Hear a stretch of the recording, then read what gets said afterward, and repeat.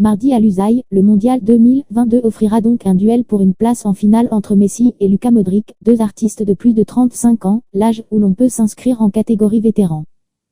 Mais pour eux, ce serait un peu trop facile, alors ils continuent à émerveiller et à porter leur équipe et leur pays vers un rêve partagé, celui d'un sacre mondial, le premier pour l'équipe au maillot à damier et le troisième pour l'Albiceleste.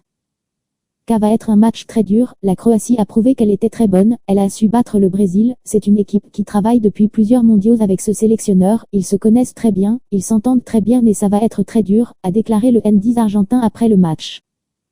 On a de la passion, du cœur, et on fait ça pour 45 millions de personnes, on y croit, a de son côté expliqué le gardien Emiliano Martinez. Comme la bonbonnera.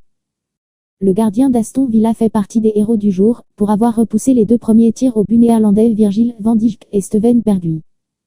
Les autres sont l'attaquant Lautaro Martinez, auteur du pénalty décisif après avoir tout raté depuis le début du tournoi, et Messi, toujours Messi, bien sûr Messi. Car avec son capitaine, l'Albiceleste a une sorte de carte joker que les autres n'ont pas, un Andy qui invente les espaces là où il n'y en a pas, à la 35e minute d'un match jusque-là fermé, il a ainsi pris le ballon, l'a conduit là où il le voulait, a écarté Nathan Ake d'une feinte de corps et a créé une ligne de passe qu'il était le seul à avoir vue, pour son latéral droit Nahuel Molina, buteur d'un extérieur du droit 1-0. Les incroyables hinchas de l'Argentine ont alors chanté de plus en plus fort et ont encore transformé le futuriste stade de Lusail en leur bonbonnera d'hiver, à peine encombré par la présence dérisoire de quelques dizaines de fans en orange. En deuxième période, les Néerlandais ont continué à ne rien proposer, et quand Messi a doublé la marque sur un pénalty maladroitement concédé par Denzel Dumfries devant Marco Acuna, inscrivant au passage son 4e but du tournoi 2-0, 73e, on a pensé que le match était joué. Superbe combinaison. Mais alors que l'ancien Barcelonais avait réussi un vrai récital, l'Albiceleste a arrêté de jouer, Lionel Scaloni a multiplié les changements, désorganisant son arrière-garde, et son équipe a fini par perdre le contrôle, dans une fin de match très tendue 14 avertissements en tout, marqués par plusieurs amorces de bagarre générale.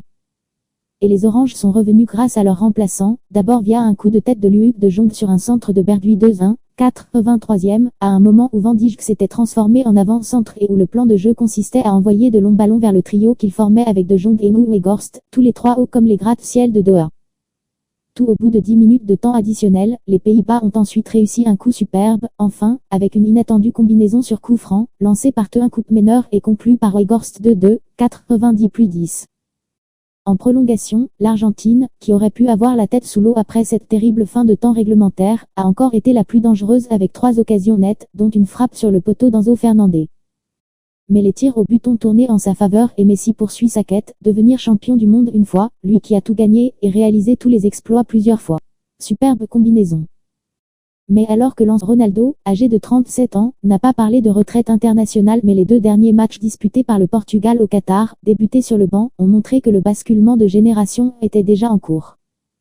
Début d'une ère, l'après Cristiano, titrait ainsi le quotidien sportif Record après la spectaculaire victoire des Portugais en première route de finale contre la Suisse 6-1. L'échec contre le Maroc a sans doute relativisé l'idée d'un changement total d'époque, mais le Portugal a l'opportunité de se trouver de nouveaux hommes forts après avoir été pendant longtemps sous l'aile et l'aura de son capitaine, véritable monstre sacré.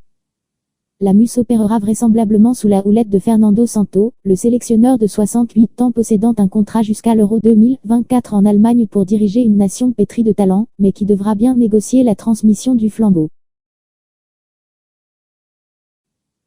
OneFootball FIFA World Cup 2022. Loading official comptant 0 secondes off 45 secondes. À propos de cette vidéo. Fournie par JW Player 8.26.4. Le trône s'est encore dérobé devant Neymar, présenté comme l'héritier de Pelé, Romario, Ronaldo ou Ronaldinho, la superstar brésilienne a de nouveau chuté en quart de finale de la Coupe du Monde, voyant s'éloigner ses rêves de consécration planétaire. Ses larmes sitôt le tir au but fatal de Marquinhos fracassé sur le poteau du gardien croate en disent long sur son échec collectif mais aussi individuel.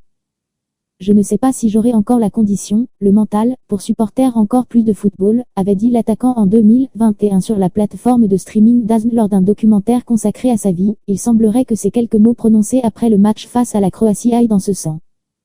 Neymar a laissé entendre en zone mixte, avec le visage décomposé et encore marqué par la tristesse et l'émotion, qu'il pourrait mettre un terme à sa carrière internationale. C'est beaucoup trop tôt pour parler de mon avenir, je ne peux rien vous promettre, je ne garantis pas de revenir un jour en sélection. S'il en est ainsi, le co-meilleur buteur de l'histoire de la sélection brésilienne, à égalité avec Pelé, pourrait avoir disputé son dernier match avec la Seleção ce vendredi face à la Croatie.